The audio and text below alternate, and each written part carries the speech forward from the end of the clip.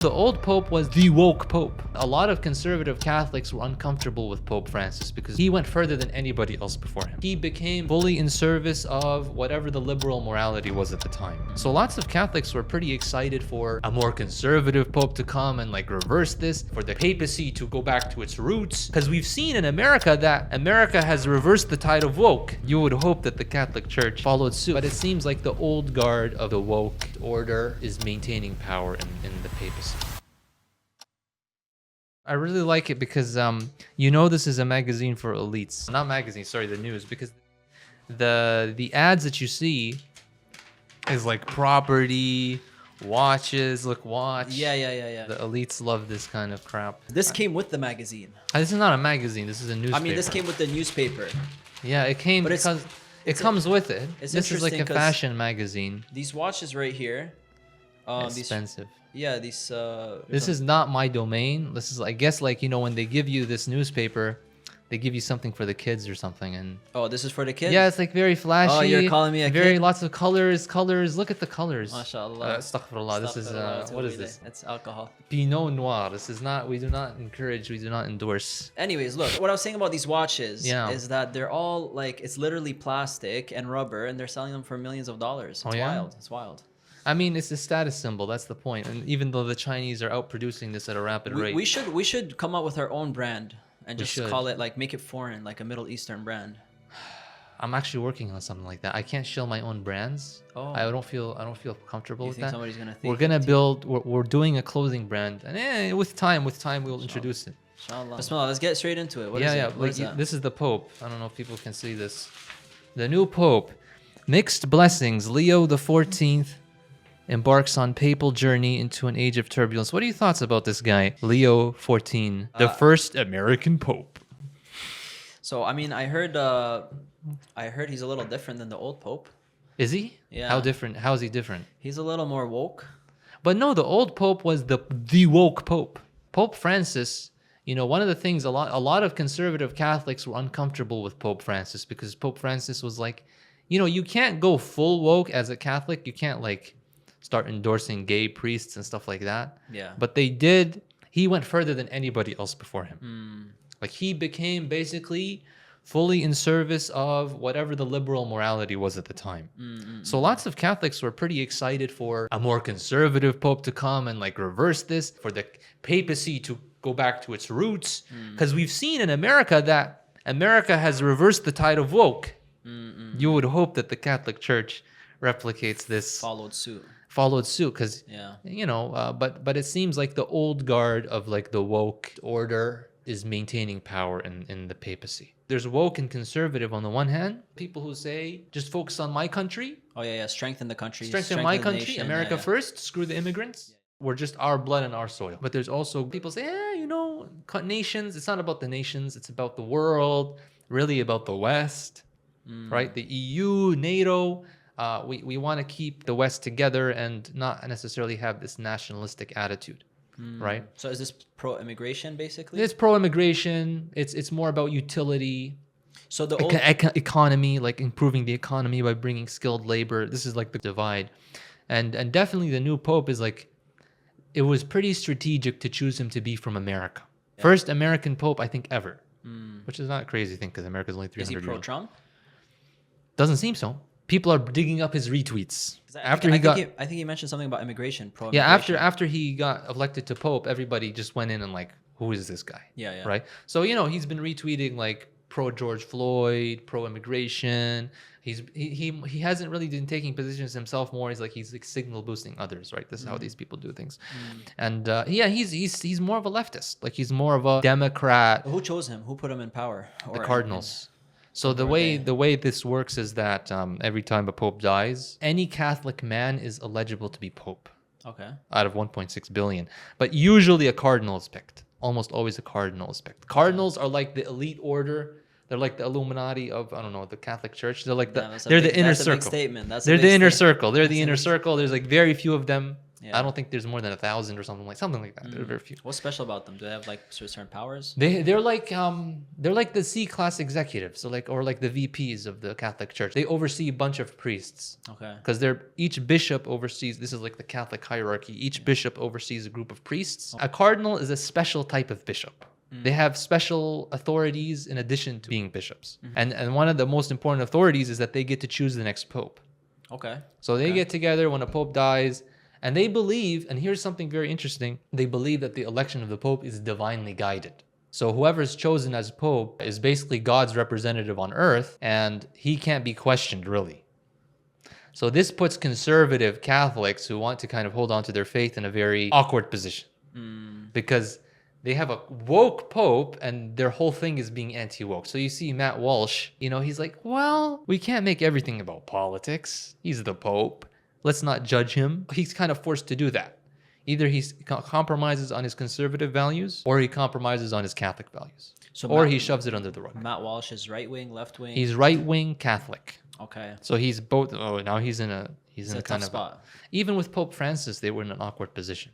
Because Pope Francis was like kind of always signal boosting the left and being on the side of the left. In 2013, he responded to a question about gay priests in support of basically, he's like, hey, listen, like, they're still the children of God. Yeah. And in his documentary, in 2020 documentary, he also showed support for same-sex what's it called? Civil marriages? Civil unions. Civil unions. That's what it's called.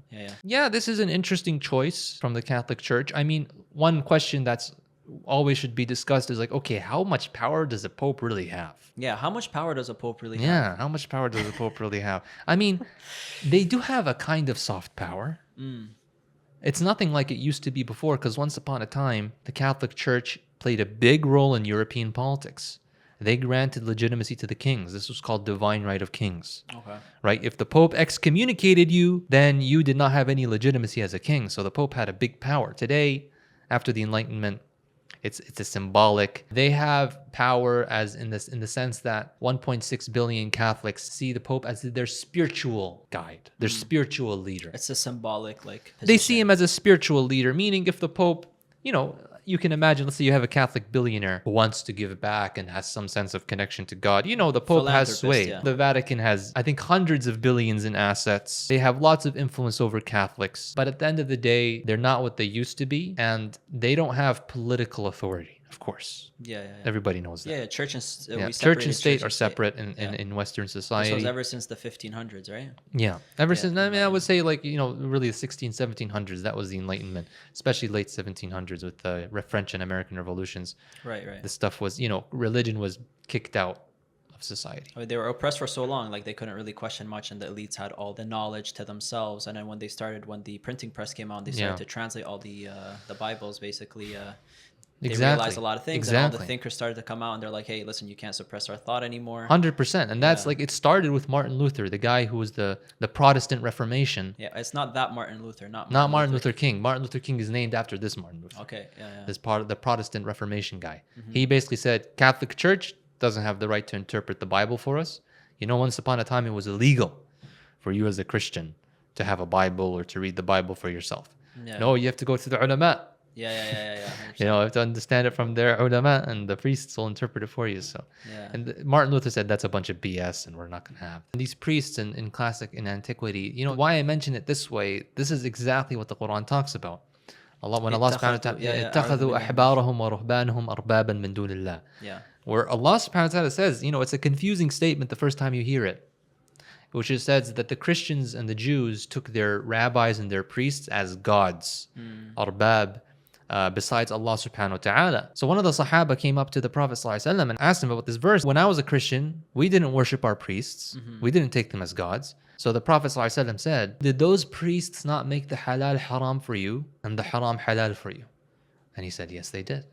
So the Prophet ﷺ said, then this was your worship towards them.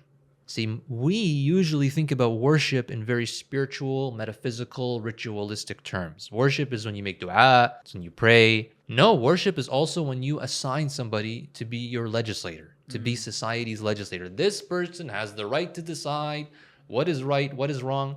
And the Pope is somebody who, by divine decree, Like he basically decides from his own mind, no, actually, you know what, you should change these rules in the church. We should change this or that. And you can look at like the progress of Catholicism. It's not static. Like unilaterally. Yeah, he's God's representative on earth. Unilaterally gets to decide this stuff. Yeah. So who are you really taking as God? Are you taking Allah subhanahu wa ta'ala as your legislator?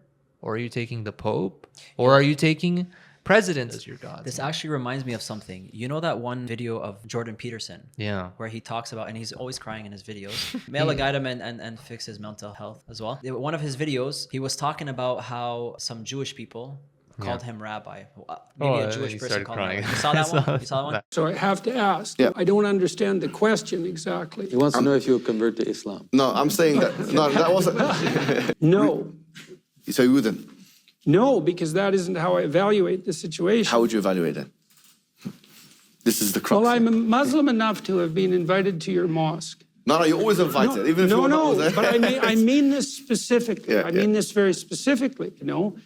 I don't think in some sense, this is a very complicated problem. You know, when people meet me on the street, they'll say things like, I met a couple of Orthodox Jews in New York, and they said to me on the street that they call me rabbi, which was, it's a hell of a thing to hear, you know. And so, and then I have Muslim people who are listening to my biblical lectures, and, you know, they say, well, Peterson doesn't know it yet, but he's really a Muslim, and that's very, that's an honor, you know, just like it was an honor to be approached by these Orthodox Jews. So that's actually funny to me because I never thought about it that deep, but I watched it recently and I just saw it in a different way. I'm like, he's saying that a Jewish man called him a rabbi. And the Jewish people, the rabbis in their eyes are superior than God, in the sense that if God says something, but the rabbi says something else, they will go with what the rabbi says. Like this is in their doctrine. So taking it that way, you've placed rabbis above God, and now you're calling Jordan Peterson, who's aware of, you know, their doctrine as well, because he's a Christian. Yeah.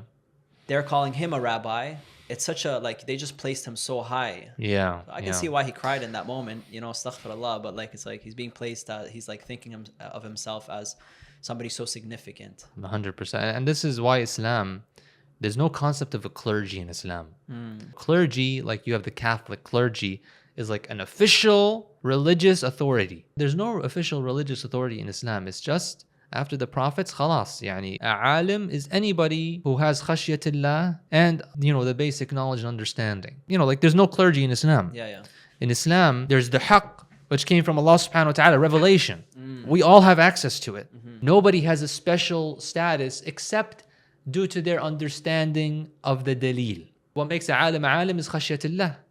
Fearing Allah subhanahu wa ta'ala, not fearing anything except for Allah subhanahu wa ta'ala, as Allah subhanahu wa ta'ala says in the Quran, right? But there's no one who can say, yani, I have the right to access these texts as though these are like untouchable and nobody else. Like my interpretation is the only there's no such thing. Some people, they gatekeep Islamic knowledge and access to the dalil to the extent that they're almost kind of falling into the trap of the Christian clergy. Okay, can you expand on that? A little bit. Like, well, it's kind of a deeper topic, but it's the madahib. Some people see the madahib, which are essential to our history and essential to, you know, even today understanding Islam. People take them as though they're revelation. You know, and madahib were invented by men. To say that these are sanctified and somehow they together are the revelation and are the sharia, some people, they speak about them in very high terms. We don't have to get into it. One thing that it reminds us of is like, what is the status of ilm and religious figures in Islam? We don't have this thing. For a pope, for a clergy, for this kind of canonical spiritual leadership, this concept doesn't exist. Right. Everybody has a responsibility. And in Islam, like the ruler of the Muslims would be the Khalifa. Okay. In Catholicism, the ruler of the Christians is this Catholic Pope who has no political authority, nor do Christians believe he should have any political authority. Yeah, but imams and shuyukh are the same thing. They don't have political authority. And that's but the people who leads the ummah, who's the one imam of the ummah? You said imam. The imam of the ummah, the khalifa, is the political caretaker and authority over everybody. Yeah, so over we're all not the talking about Muslims. the imam in the masjid here. No, we're not talking about the imam in the masjid. Imam as in like, so what does imam mean? Imam is a leader. Yeah. As a lead, basically. A leader, an authority. The ummah without an imam is not an ummah at all. But we do have leaders in the Muslim country, don't we? Well, we have Plural leaders. we have a leader for Saudi Arabia. Yeah. We have a leader for Egypt. We have a leader for Lebanon. But do we have a leader for the ummah? That's the Prophet ﷺ. How can he be the leader of the ummah when he's The ummah is his ummah. He is But the leader. Prophet ﷺ said otherwise. What did he say? He said, Sallallahu كانت بنو إسرائيل تسوسهم الأنبياء. The people of Bani Israel were led politically by prophets. That's the translation. ولكن لا نبي بعدي. But there's no prophet after me. But there will be خلفاء. And they will number many. Right. So the political guardianship over the ummah, the Prophet ﷺ's explicit words, no prophet will come after me to take this mantle, khulafa will. And then the Sahaba asked them, okay, so what should we do? The Prophet said, give them the bay'ah and obey them in what's good, and so on and so on and so on and so on. Yeah, but can't Khalifa also be understood from a rulership perspective? Like, Oh, it is a rulership. a different type. So basically, like we might have kingship, we might have presidency, we might have national leadership. No, because you can't just decide whatever you want khilafah to be khilafah. I think some people are giving bay'ah to like that woman Bengali leader before she. Like, Yeah. I'm not. I think Shamsi one time was asked about Bangladesh, and he's like, The hadith Nabi Sallallahu said, whoever goes to sleep and he has no bay'ah on his neck, he would die like the day of Jahiliyyah. I said to him, what about you? I have a He question started on this, aggressing. Shamsi. I have a question on this. I'm from Bangladesh, Yes. and we have a woman prime minister, very Okay. secular. She has nothing to do with Islam. She calls herself Muslim. Yeah. Should I give bayah to her? Go ask scholars, not me.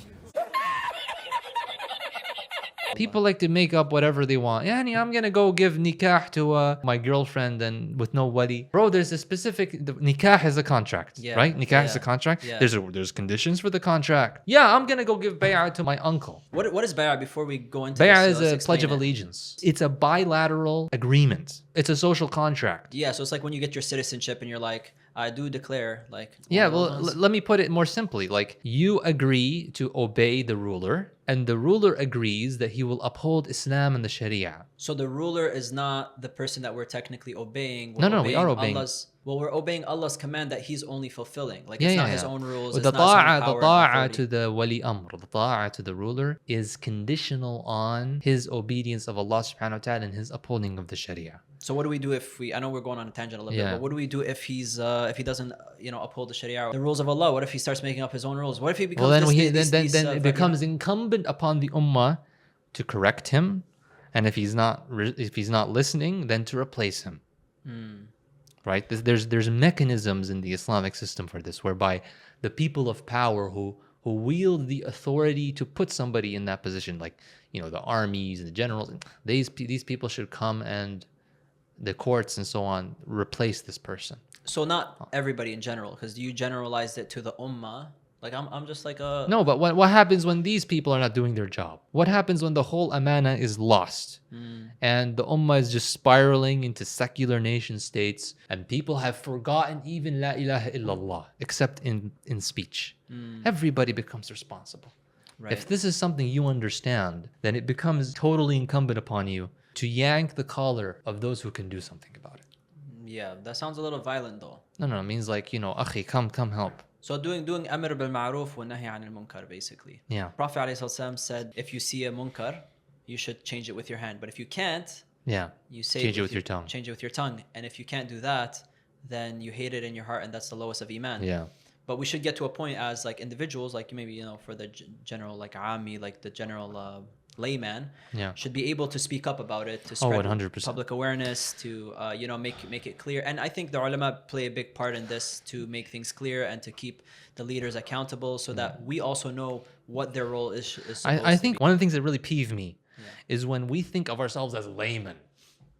I'm just a layman. Yeah, but I'm just a sheep. I'm just gonna. no, I'm not a sheep, but I'm a layman. I'm like, Layman. what do you expect from me? I'm Bro, not you're an Salahuddin. engineer, you're a doctor, you're a journalist. You have so much power, Yeah. so much influence, you have so much skills. And I'm a layman. I don't have a responsibility. You're going to be slapped on Yawm al-Qiyamah with this stupid mindset that you've allowed yourself to fall for, which absolved you of responsibility and let you chill and live a life that you like. Okay, you're a layman.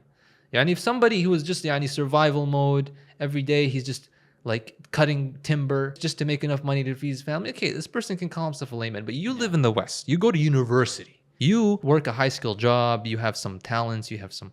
Don't call yourself that. I mean, from a Shari'i perspective, fine. From a ilm perspective, fine. But the work to revive the ummah is not just for academics and people who just have lots of ilm. Yani. Anyway, I think it's a good discussion about the Pope. Yeah. But let's speak more about America and wokeism. And the anti-woke has gone too far. Do you agree with me? The anti-woke? The anti-woke side. These right-wing people are yelling the N-word at little children. Oh, I saw that video. The white lady that did that, and then she got support. Bro, she got like $1 million GoFundMe. They always do that. They always support each other. But this is the first time, because usually what would happen, especially in the Biden era, is that a lady like this would have been canceled. But I think what happened here is like the right said, nope, not this time. We're going to rally behind her and we're going to make the N-word safe for white people to use again. Like she like, you know what people said? They're like, she's our Rosa Parks. Bro. They're trying to reverse like racism and slavery. Yeah, no, They're trying to go back. They're very clear about that. No, they're very clear about that. The extreme right wing. Maybe many of our viewers, many Muslims out there, young Muslims, especially Gen Z Muslims, might have sympathies towards the right wing. And why is because they share some of our values. They're also against the woke. They have some family values. There's some overlap. There's some overlap, yani, on some marquee issues. But don't fall for the trap, because Islam is neither left wing nor right. To kind of ping pong around and to think that the Overton window, Islam can be represented in it. It can't. And Muslims on the left and the right both make this mistake. Left-wing Muslims cherry pick Islam to make it seem like, oh, Islam's feminist. Islam is socialist. Islam is egalitarian. Just because of the overlap on some things. Yeah, like if you cherry pick any ideology, you can make it sound like anything. Yeah. Right-wing Muslims do the same thing. They'll only kind of selectively choose aspects of Islam to tell a specific narrative, to kind of align it with their right-wing conservative, which come from liberal enlightenment sensibilities. Both of those are wrong. You need to, and it's hard to do this, you need to kind of understand Islam in a way that's free of Western context. And the only way you can really do that is through Quran and Sunnah and our tradition, and to try to really get into the heads of the people who came before us. What I'm glad about with this whole Shiloh Hendricks thing is that at least she's exposing the ridiculousness of the right. It always seemed that the right wing was a little bit more sensible than the left wing. What is going on in India and Pakistan? They've been fighting for a long time, right? India was invented by the British. Pakistan was invented by the British. It used to be Hindustan or something? No, it used to be the British Raj, which was India under Britain. But before that, what was it? It was all one. Before that, who was it? Block, no? No. It was a bunch of different states within like the Indian subcontinent. No. There was like India. I don't know if India was ever fully unified until the British conquered the whole thing. And the British unified them? Yeah. And then separated them? Yeah. Well, they were unified under British colonial rule. And then they're like, the British are like, this is not going to work. We're going to have to separate No, these this guys is so not. that they can fight. This is, yeah, exactly. Well, there was a kind of malevolent intent there. Yeah. And things were drawn I in a love way. your words, malevolent. Like, Malevolent. what the hell does that mean? It means malicious. Yeah, you could just say malicious. Well, every word gives a slight little bit of a different edge. You go into the novels you read on your time off. Yeah. I don't know where it comes from. I feel like you're constantly trying to like. You can translate the next word you learn. You just bring it onto the show. You're like. Sometimes I try not to do that, but this isn't for me. This is a simple word. I mean, this brother, we had it like a 1 hour back and forth. You did not know the word. What was it? Disheveled? Disheveled. Yeah, I know what disheveled is. What was that one? Not disheveled. Then what was the other one? I don't know. We had any debate on it, but you didn't know this word. I remember when you mentioned all those words. The words are complex. Disheveled, it was disheveled. You did not know disheveled. I've heard it before. I might still not know what it is, actually.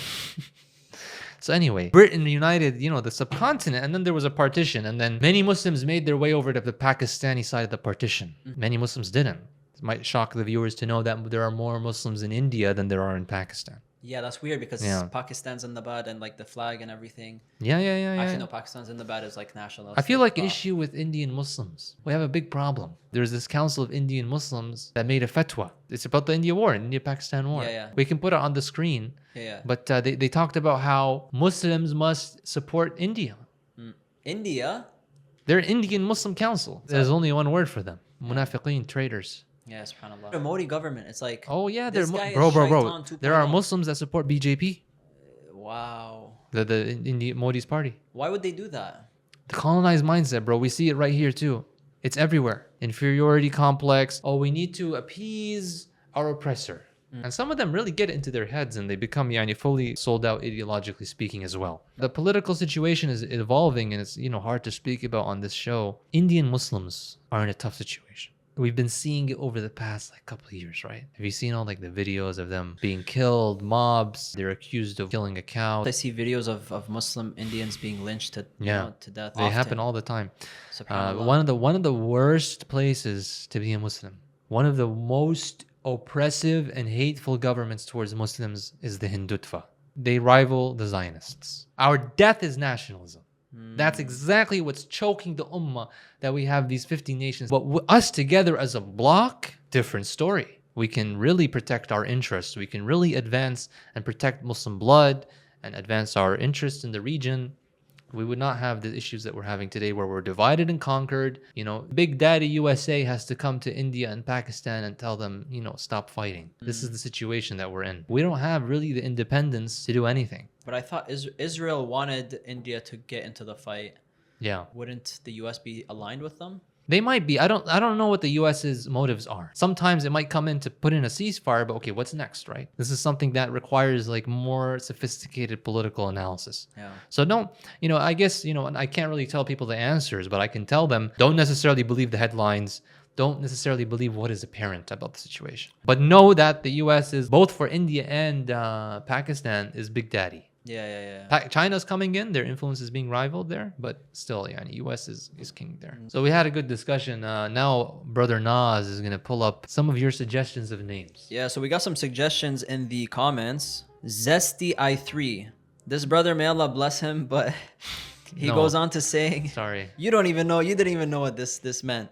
He goes on to saying, I don't know what zesty means either. I'm curious. AI says it means spicy, which frankly, why not? I knew that. It's not.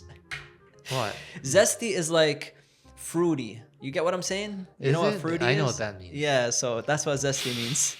Maybe in your slang. Let's not do that. I don't know what parts of town you hang around, but for me, it just means spicy. Let's not do that. Put some zest in. Unapologetically I3. Not bad. That's not bad. Yeah. Deen and Dunya talk.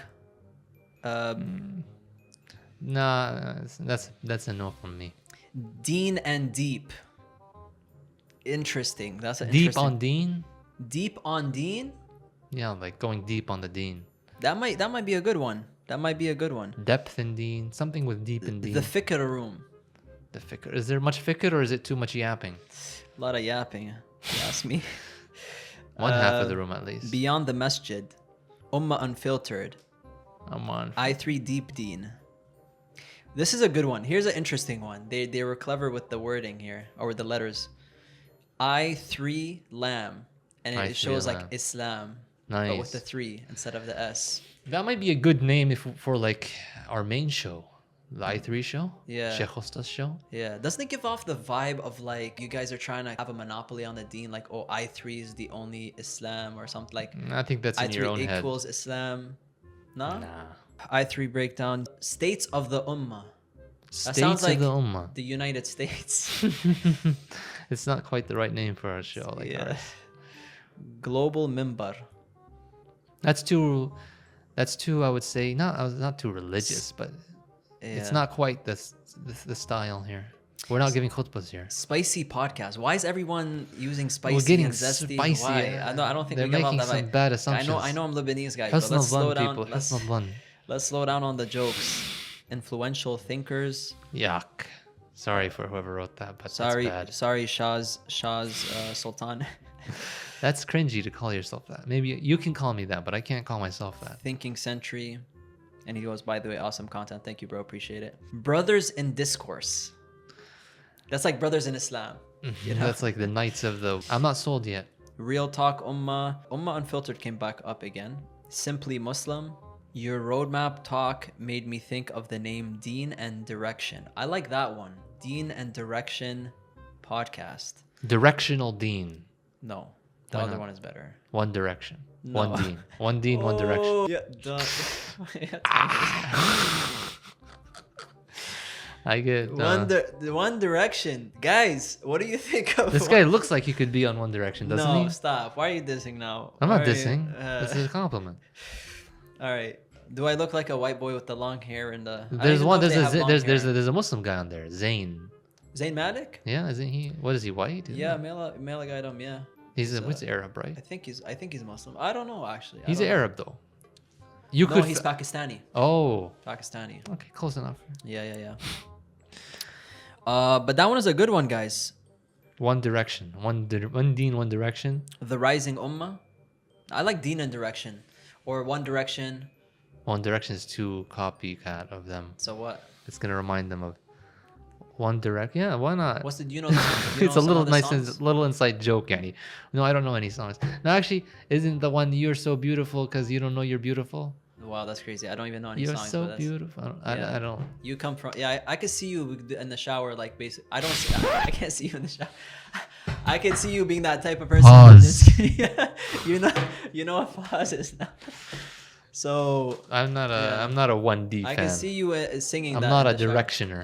You're not a directioner. Whatever they call themselves. So what would Deen and Direction is good. Something like that. You know what? We're gonna workshop it a We'll little think- bit. we'll think a little bit Whoever more. who wrote that comment. Med8615. Mabruk, Mr. Bot. Yes, thank Sounds you. like a bot. No, I Med. don't think it's a bot. What's mad? Med. Med. So a med student. Smart Yeah. person. Smart people from med school. They come up with the good names. what it I is. love the smart people. Keep watching our show. Mashallah. And we'll work on the name, inshallah. Allah yabarik fikum. Don't forget to subscribe to the i3 channel, and we'll see you next And time. leave a comment. Join the discussion. He's going to be there answering all your questions. In the comments. In the comments, answering All your right, questions. if you say so. Yallah. Assalamu alaikum, Alright, guys. assalamu alaikum warahmatullahi wabarakatuh.